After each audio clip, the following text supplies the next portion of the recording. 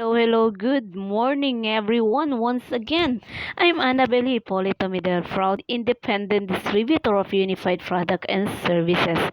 Our step-by-step tutorial for today is how to update our transaction PIN sa version 3 po ito.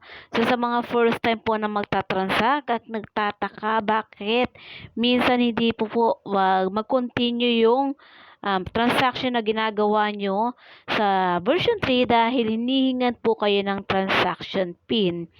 So, we have to update our transaction PIN po. So, akala natin parehas lang po yung transaction PIN natin dun sa ating version 1.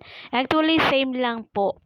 Pero like for my experience, so meron yung isang account ko na hinihingan ako ng different transaction PIN. So for now, para po maging updated yung ating mga transaction PIN sa ating version 3 para po smooth yung paggamit natin ng version 3 is ituturo ko po yung pinaka-easiest way. So, punta po tayo kay Google.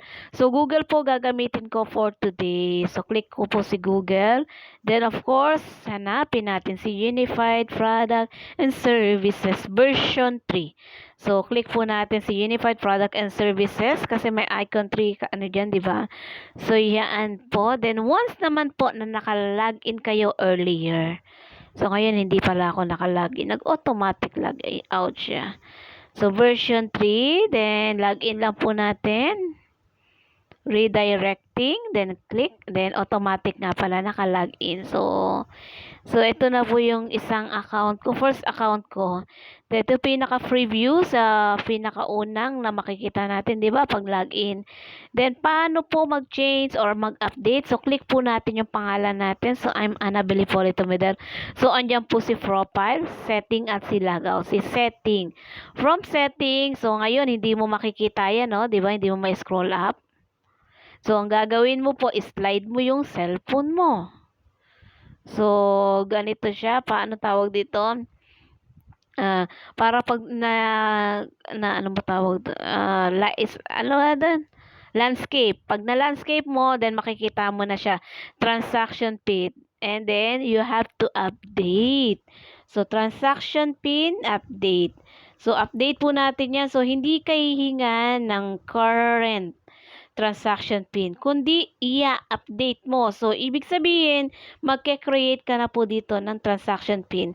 So, reminders po is 6 na number po ito. Number po So, number ang ating transaction PIN para po tayo nagwi-withdraw ng pera sa ATM. So, kailangan po 'di ba ng PIN para mag-continue yung transaction na ginagawa natin. So, dito, ang ilalagay ko pong transaction number is binulong ko ba? So, then, dito naman. Ay. Number po, number. Baka naglalagay ako ng mali. Sa mali. Wait, mali. No, di pa nga kasi tama. Okay. 1. So, kailangan ko po kasi mag-stop para natin yung sabi, where do you want to get your verification code? So, pwedeng email and pwedeng mobile number. So, email na lang po. Then, where do you get? Then nakalagay dyan. So, update. So, di ba sabi niya, kailangan na yung verification code nasa email. So, punta tayo kay email. From there, hanapin ko si email. Okay, asan si email ko? So, tabihin ko na yung cellphone uli. Para makita ko si email ko. Email. Click ko yan, si email. Uy, na yan. So, si email. Si email po. Dito si email ko. Then, email. Then, from email po, ayan, makaka-receive ako ng, diba, change PIN code, 3489. So, 34, so, punta ako dito, lagay ko yan, 3489. 3489. So, update po natin. So, once na maging updated yan, so, yun na po yung gagamitin natin na 6 letters. So, make sure po isinulat natin. Baka naman po makalimot na naman po tayo. So, na-change na po. Na-change na po yung ating transaction PIN. Di ba ba?